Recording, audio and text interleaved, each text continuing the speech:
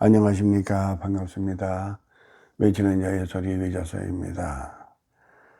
오늘도 이렇게 외치는 자의 소리 외자서를 찾아주신 여러분들 참 반갑습니다. 오늘도 하나님의 사랑과 은혜가 함께 하셔서 오늘도 이렇게 귀한 말씀을 전할 수 있게 됐습니다. 하나님께 감사를 드립니다. 오늘 말씀은 성경 말씀 여호수아 1장 8절에 있는 말씀입니다. 봉독해 드리겠습니다. 이 율법책을 네 입에서 떠나지 말게 하며 주야로 그것을 묵상하여 그 가운데 기록된 대로 다 지켜 행하라. 그리하면 내 길이 평탄하게 될 것이라 내가 형통하리라. 아멘. 이 율법책을 내 위에서 떠나지 말게 하며, 그렇게 이제 첫 말씀이 시작됩니다. 율법이라고 하는 것은 질서지요. 질서. 하나님께서는 질서의 하나님이시죠. 하나님께서 이 온 우주를 창조하시고 또한 이러한 모든 것을 하나님께서 하나님의 섭리 속에서 이런 운행하시는 이 모든 것이 질서죠. 이 질서가 조금이라도 깨지면 큰일 납니다. 또한 하나님께서는 그러한 질서를 또 우리 인간된 세상에도 내려주셨죠. 모세를 통해서 시내산에서 십계명을 내려주신 거예요. 그래서 10가지의 계율을 세워주셨죠. 첫 번째 계명은 나 외에 다른 신들을 너에게 두지 말라는 겁니다. 다른 신들을. 두 번째는 또한 이 세상에 있는 것들, 하늘에 있는 것이나 땅에 있는 것이나 땅 아래에 있는 것들에 대한 형상을 만들고 그것에 섬기지 마라. 또 하나는 거룩한 하나님의 이름, 여호와 이름을 망령되이 부르지 마라. 이용하지 마라. 이런 말이죠. 또 하나는 안식일을 거룩하게 지켜라. 이것이 우리가 하나님의 뜻에 따르는 질서의 말씀입니다. 여기에는 이제 깊은 아주 그런 내면적인 말씀들이 있죠. 이 말씀들을 지키기 위해서 많은 순교자들이 계셨고, 또한 이 말씀을 전하기 위해서 수많은 또 그런 선지자들의 그러한 예언이 또 있었습니다.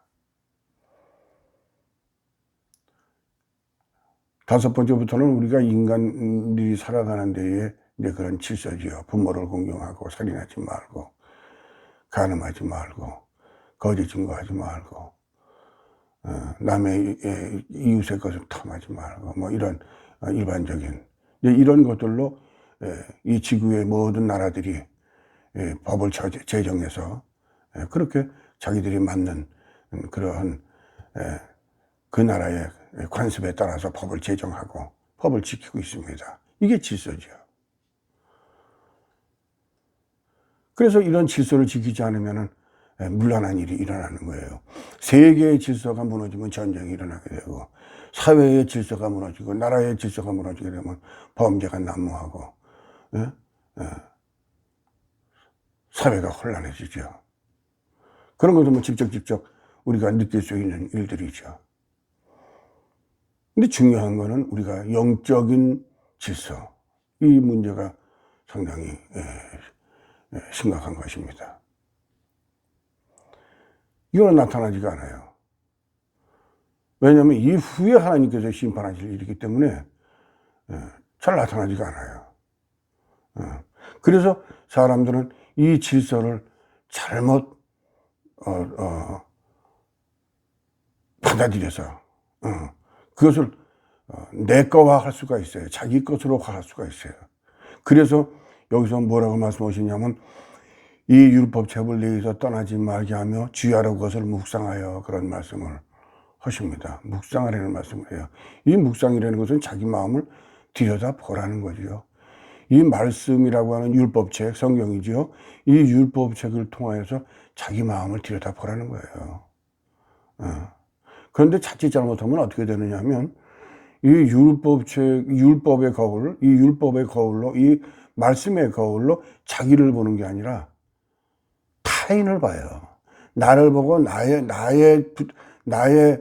어리석음과 나의 교만함과 나의 방종과 내가 하나님께 거스리는 일, 내가 지금 하는 일이 하나님의 여호와의 일을 망령되이 부르는 것인가, 내가 하나님의 뜻에 따라서 내가 정말 잘 가고 있는가, 이거를 보는 게 아니고 다른 사람들의 믿음을 거울로 보게 되고, 그렇게 되면 뭐가 나오냐면 거기서 정죄가 나오게 돼요.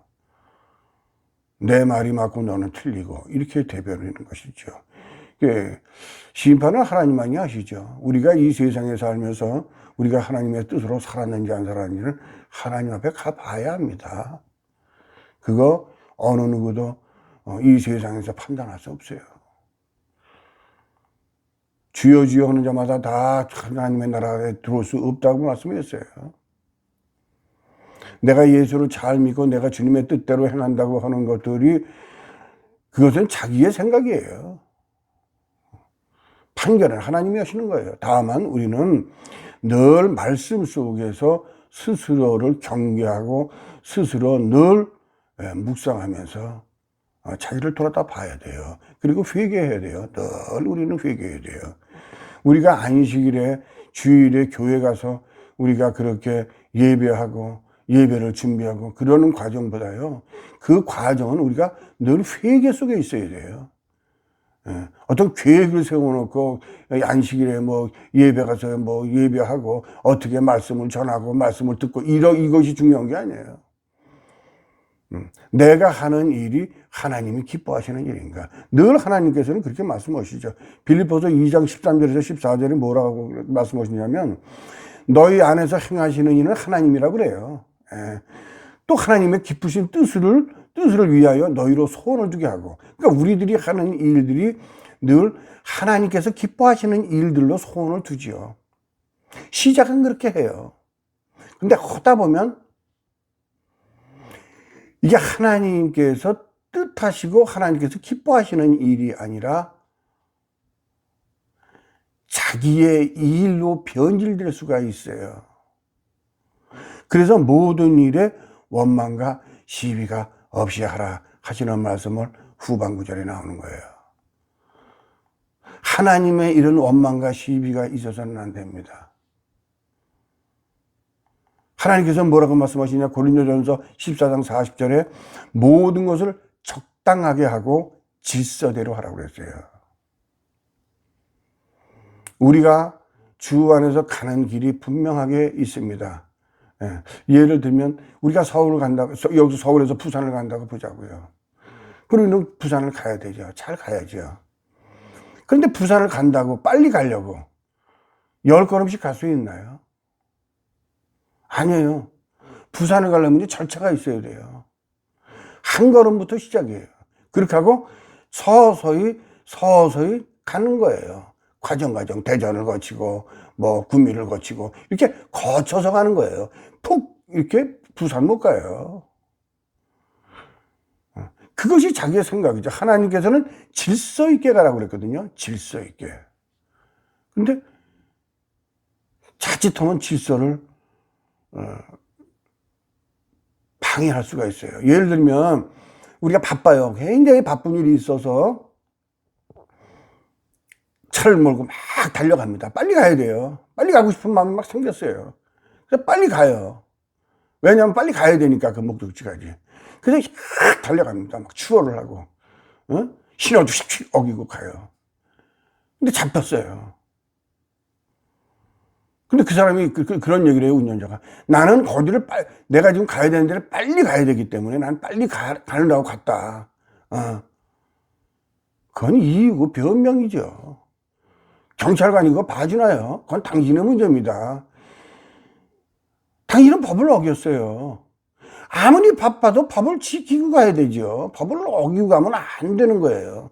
우리의 이 믿음이라든가 우리의 생활이라든가 이 모든 것은요, 아주 간단한 데 있는데 이것이 대체적으로 어떻게 보면요, 욕심에서 나와요. 욕심에서. 그 욕심이 커지면 교만해지고 그 교만이 방종해지는 거예요. 이 아가서, 성경 아가서가 있어요. 구약에 아가서가 있죠. 이제 이 아가서는 이제 솔로몬이 그 아름다운 그 노래를 부르는 거예요. 신부를 위해서. 이제 어떤 목사님들은 그렇게도 이제 말씀을 하세요. 우리가 그리스도가 우리 신부가 되고 이렇게 말씀을 하시는 분들도 저는 그거 공감합니다만. 이 아가서에서 뭐라고 말씀하시냐 하면, 아가서 2장 15절에 있는 말씀이에요. 우리를 위하여 여우, 곧 포도원을 허는 작은 여우를 잡으라 그래요. 우리의 포도원에 꽃이 피었음이니라 그런 구절이 있어요. 우리 성경 말씀에 주님은 포도나무시고 우리는 가지라고 그러셨잖아요. 너희가 나한테 접붙임 되어 있을 때 너희들은 과실을 많이 맺는다고 그런 말씀이 있죠. 포도원이라고 하는 것은 우리가 그리스도 아니라고 볼 수가 있죠. 그렇죠? 예. 근데 그곳에 작은 여우가 들어왔어요. 작은 여우가 들어왔다고. 큰 여우도 아니에요. 왜 큰 여우가 아닐까요? 작은 여우는 방심할 수가 있어요. 왜냐하면 모든 새끼들은 이뻐요. 얼마나 이쁩니까? 돼지 새끼도 얼마나 이뻐요. 새끼들은요, 나쁜 게 없어요. 어떤 것도 새끼는 다 이뻐요. 그 새끼 여우가 얼마나 이쁘겠어요? 그게 포도원에 들어온 거예요. 언제 들어와요? 포도나무에 꽃이 폈을 때 들어왔다는 거예요. 꽃이라는 것은 뭡니까? 만발한 것이죠. 꽃을 펴야 열매를 맺습니다. 이 말씀은 저는 어떻게 이것이 마음에 들어왔냐면, 이 꽃이 폈다는 것은 우리들의 믿음이죠. 우리가 하나님을 사랑하고, 우리가 하나님께서 우리를 사랑하시는 그 사랑에 우리가 감사하고, 우리가 하나님을 우러러 보면서 우리가 순종할 때에 이 아름다운 믿음의 꽃이 피지요. 이 꽃이 만발하게 피었을 때 비로소 우리는 믿음의 열매를 맺는 거지요. 그런데 이곳에 뭐가 들어왔냐? 예쁜 여우가 들어왔어요. 그래가지고 뭐래요? 포도원을 허는 그랬잖아요. 포도원을 망가뜨리는, 우리의 마음이라고 하는 포도밭에 들어와서 우리의 마음에 유혹을 주는 사탄이죠. 사탄입니다. 큰 댐에 작은 구멍이 하나가 뚫려도요, 이거 방심하면요 다 허물어져요. 사탄은 언제라도 이렇게 쥐도 새도 모르게 아주 귀엽게, 아주 사랑스럽게 그렇게 우리 마음에 들어와서 우리가 하나님의 뜻에 따라서 가는 그 질서를 허물어뜨립니다. 이것은 어떻게 보면 당연한 것이에요. 그렇기 때문에 본문 말씀에 뭐라 그러냐? 주야로 묵상하라는 거예요. 이것에 속지 말아라. 작은 여우를 잡으라 그랬잖아요. 이거를 놓치게 되면 눈이 어두워지고 귀가 막혀요. 성경이라고 하는 이 율법의 거울로 나를 비추어 봤을 때 나를 봐야 되고 나를 진단해야 되는데, 나를 보는 게 아니고 남을 본다니까. 나의 모습을 보는 게 아니에요.